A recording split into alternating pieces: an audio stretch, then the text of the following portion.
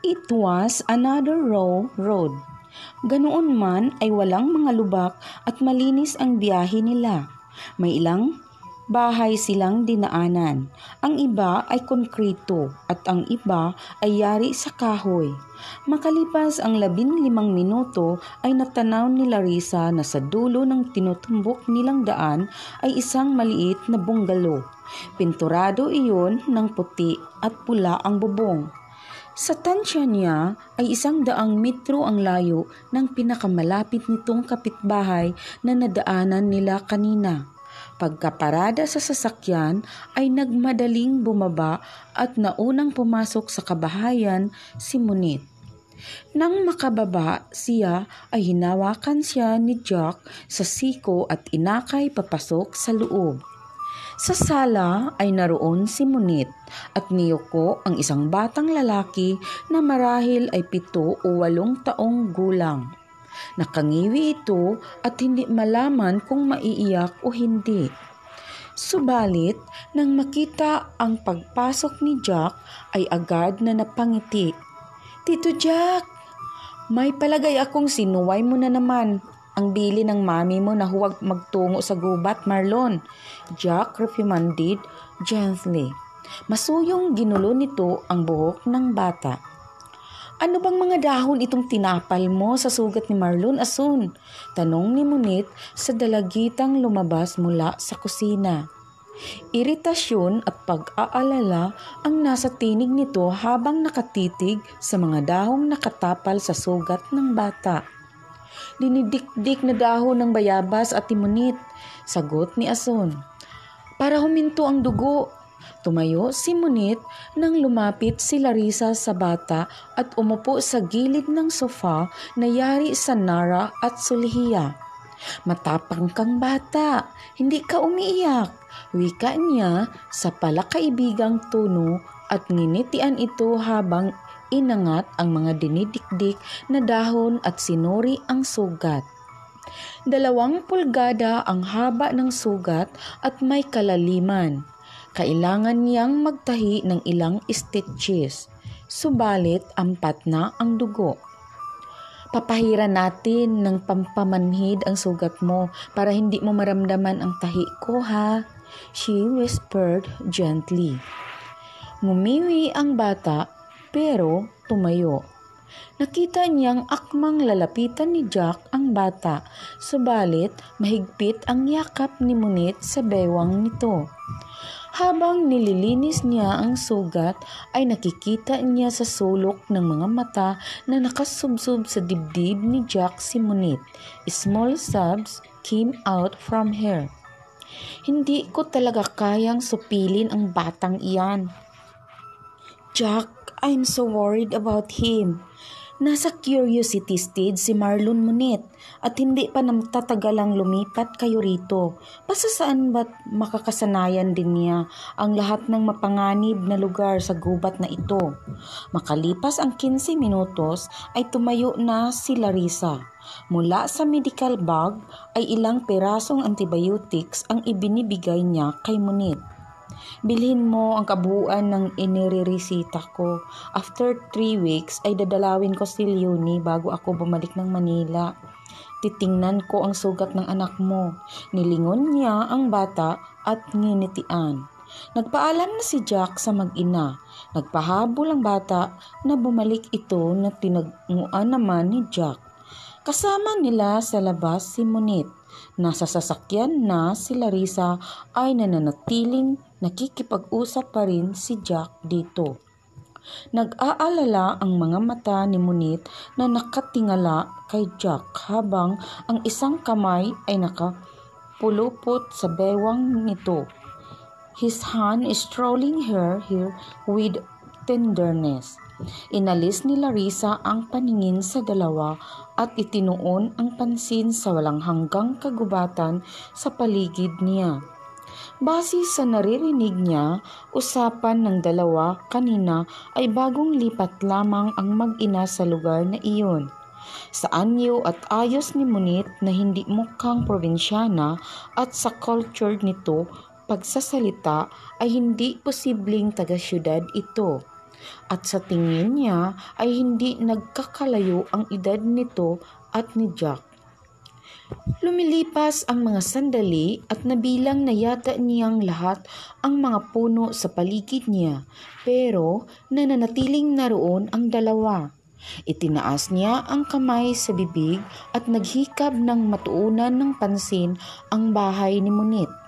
She was surprised to notice na may ilaw na nakasindi sa loob ng bahay. Hindi niya iyon napuna kanina.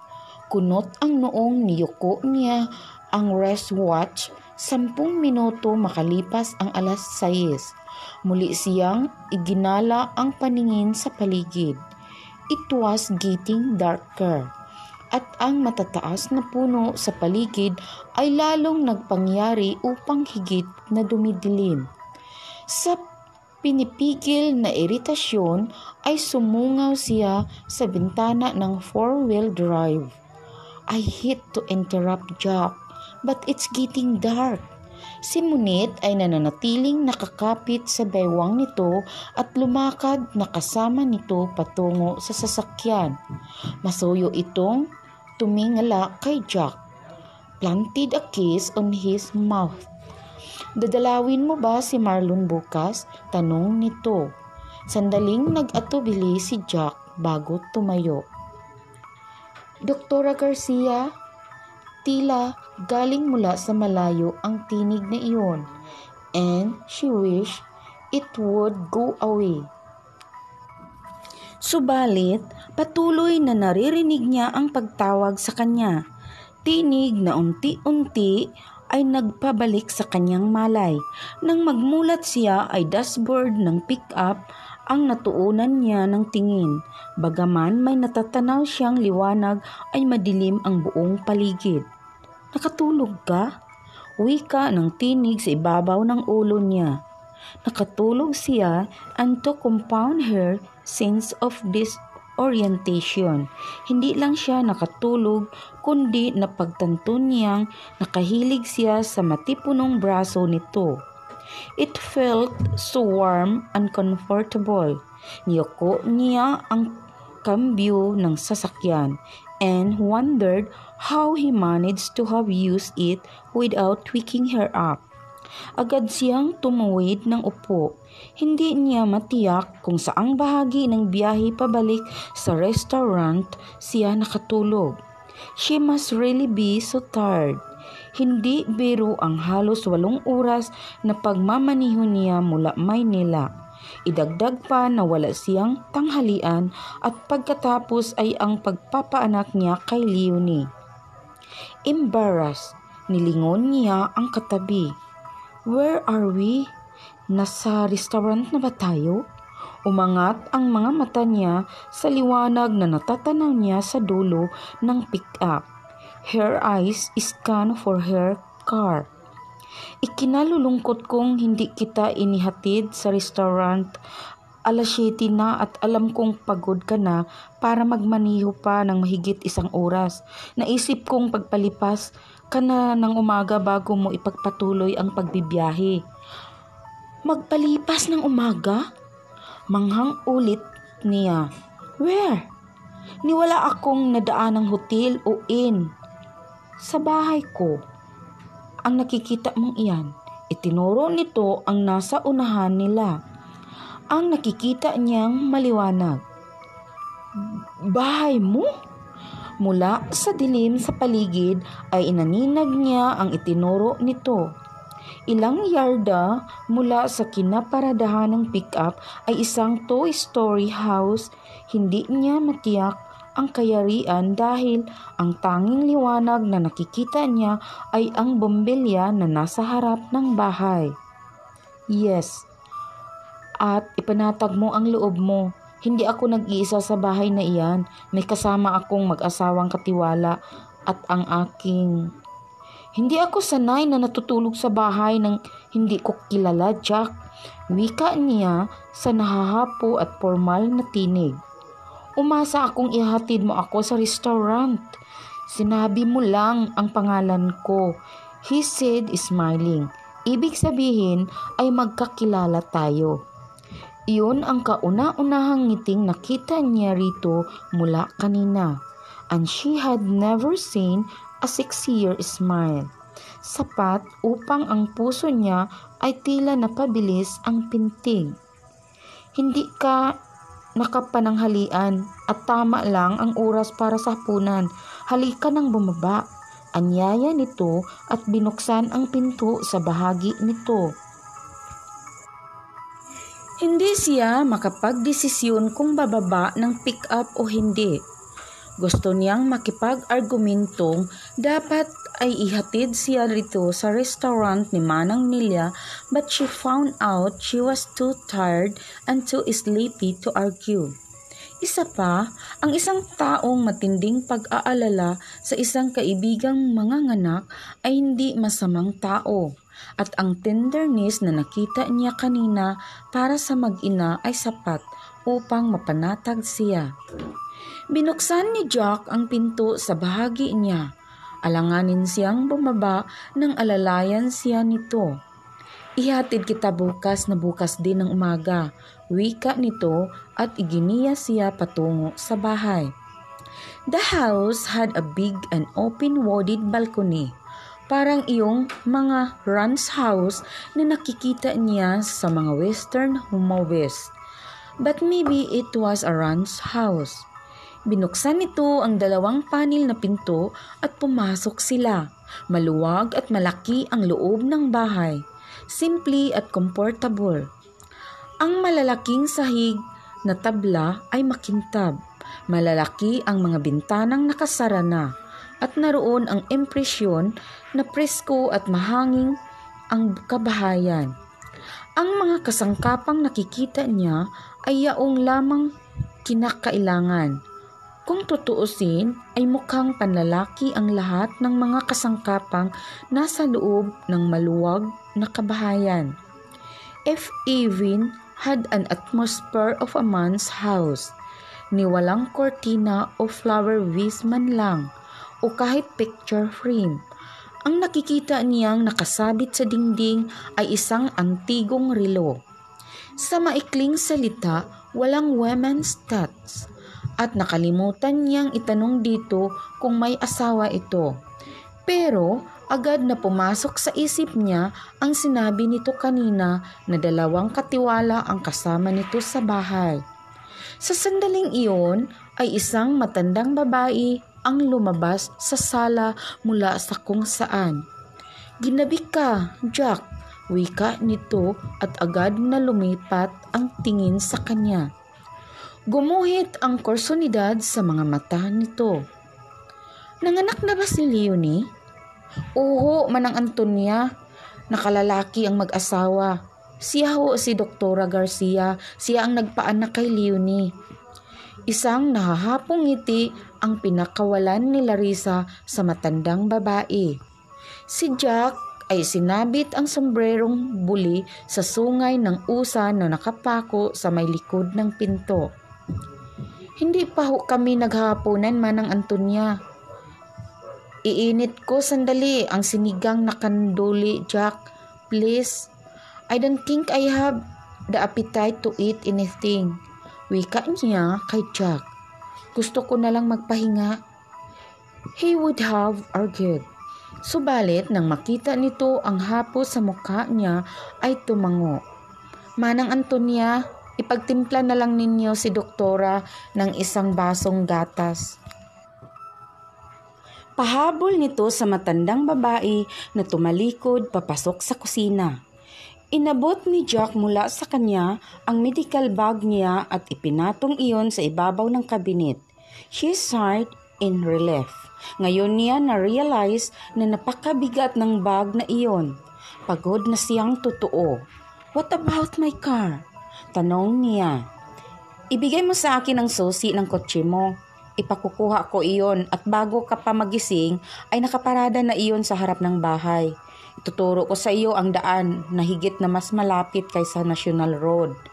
Bago siya makasagot ay muling lumabas si Manang Antonia dala ang isang basong gatas. Inabot iyon ni Jack na umusal ng pasasalamat bago ibinigay sa kanya. Hindi iyon kainitan at diretso niyang inubos. Kahit paano ay nalamnan ang sikmura niya. Jack took the empty glass from her. Inilapag nito iyon sa tabi ng medical bag niya. Sasamahan na kita sa itaas. Walang kibong sumunod siya papanhik sa malaking hagdan. Kahit ang balustri ng hagdanan ay yari sa magandang kahoy at makintab. Sa itaas ay malaki at maluwag ang sitting room. Isang pinto ang binuksan nito at pinapasok siya. It was a big spacious room. May malaking 4-poster bed.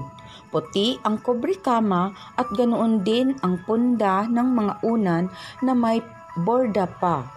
Tila inyayahan siya ng mga iyong humiga at matulog na. May sariling banyo ang silid na ito, ani Jack. Gamitin mo ang anumang gusto mong gamitin. May t-shirt na pwede mong ipantulog. Mi casa is so casa, he grinned, showing large and very white teeth. And again, her stupid heart jerked suddenly, just because this man smiled at her. Good night, wika nito. Night, thank you, she answered and smiled sleepily.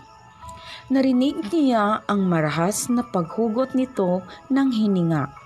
Nang mataas siya ng paningin ay nakatitig ito sa kanya. There was something in his eyes that she could not give a name. Hindi alam ni Larissa kung bakit. Pero tila huminto siya sa paghinga ng sandaling iyon. You're beautiful and so desirably feminine, bulong ni Jack na tila wala sa loob. Then, as if in slow motion, he bent his head. She knew he was going to kiss her, but she could not move if her life depended on it. Then, his lips touched hers. It was so gentle that she thought a butterfly's wing graced her lips. Isa lamang iyong napakabanayad na halik at natapos din agad. And yet, Clarissa was shocked. Parang may live wire na biglang dumikit sa katawan niya. At nang titigan siya nito ay natiyak niyang kahit si Jack ay nagulat sa ginawa na para bang may puwersang nagtulak dito na hagkan siya at hindi nito kayang supilin iyon. No one spoke for ages. Pakiwari ni Larissa ay binabayo ang kanyang dibdib at bago pa gumana ng husto ang kanyang isip ay muling yumuko si Jack upang sa ikalawang pagkakataon ay angkinin ang kanyang mga labi. Her moist lips covered beneath the gentle contact. Ang mga kamay niya ay otomatikong umangat sa dibdib nito. Perhaps to push him, subalit nanatili ang mga kamay niya sa matipunong dibdib nito. Nararamdaman ng mga palad niya ang init ng katawan nito, ang tibok ng puso. At kung hindi niya pipigilan ang sarili, ay nanaisin niyang ipaloob ang mga kamay sa loob ng polo nito. Jack's kiss took on an exploring, demanding quality na tila ba iyon lamang ang sandaling ipagkakaloob sa kanila para gawin iyon at kailangan nilang samantalahin ang pagkakataon. Kung gaano tumagal ang halik ay hindi niya alam. He nearly stuck nang sa wakas ay pakawalan siya nito. She gazed into his shocked and troubled eyes. He did not want to be attracted to her. He had not wanted to kiss her. At ngayon nagawa na nito. Tila naguguluhan ito kung paano pakitunguhan ang nangyari. Jack took a couple of steps backward, then turned and went out of the room. Like an automation, isinara niya ang pinto at lumakad patungo sa malaking kama. Humiga. Ang antok at pagod na nararamdaman niya kanina ay tila biglang natabunan ng kakaibang damdamin. Ano ba ang nangyari at pinahintulutan niyang hagkan siya ng isang lalaking ng araw lang na iyon niya nakatagpo? Ang pumayag na makitulog sa pamamahay nito ay taliwas na sa paniniwalaan niya. Pagkatapos ay hito at agad siyang naakit at nagpahalik dito. Alin na lang sa dalawa? Gumamit ito ng hipnotismo o talagang labis ang pagod na dadarama niya at hindi na niya magawang mag-isip ng maayos? Mga ka-lovely, hintayin niyo po ang part 5 sa kwentong ito na magpapaantig sa inyong mga puso. At huwag kalimutang mag-like, share, comment sa ating video. At huwag kalimutang mag-subscribe at pakiclick ng bell para ma-notify kayo sa mga bago nating uploads. At sa mga gustong magpa-shoutout, mag-iwan lamang kayo ng comment sa comment section. At sa gustong magpadala ng mga sariling kwento, pwede ninyo itong ipadala sa aking email linlab7@gmail.com o di kaya sa aking FB Lovely Ko. Maraming salamat sa inyong pakikinig. Hanggang sa muli, ito ang inyong Ate Lovely. God bless and more power.